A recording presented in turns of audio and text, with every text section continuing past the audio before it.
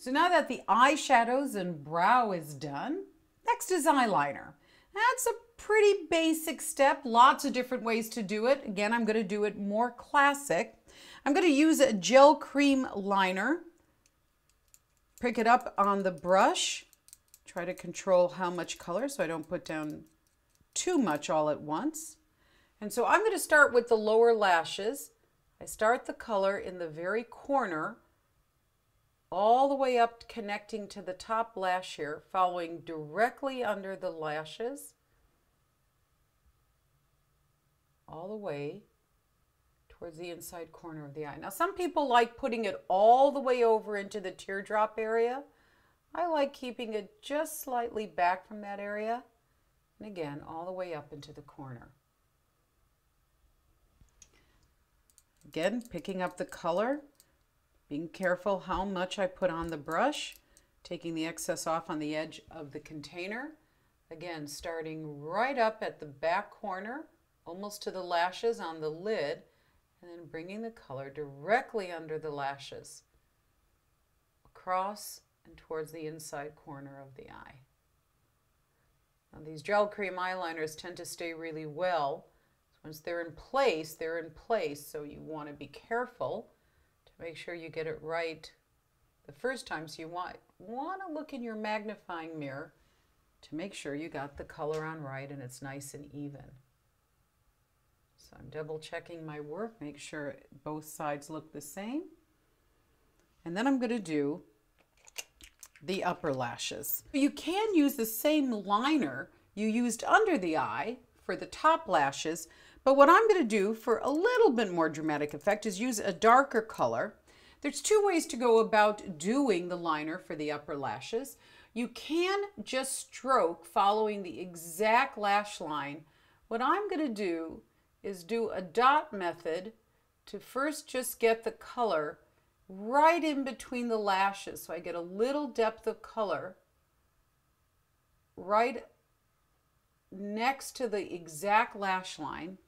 And once you do that, really making sure that the edge of each lash has a little bit of color to it, a little bit of depth.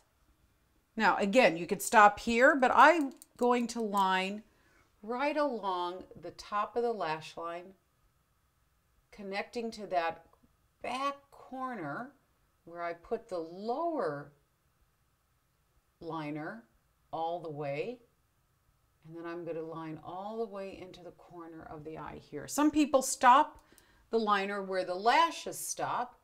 I like taking it all the way across, but again, that's an option.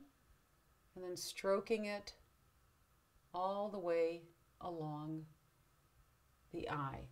Now, how thick you make the liner often depends on the size of your lid. The bigger the lid, the thicker the liner can be, but that's really a personal preference. In this situation, I like when the back corner of the liner is thicker than the front corner of the liner.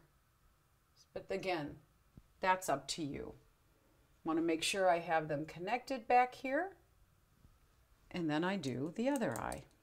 So again, the technique is to dab right at the base of each lash. You make sure you get the color right next to each lash, so you get the full base line on.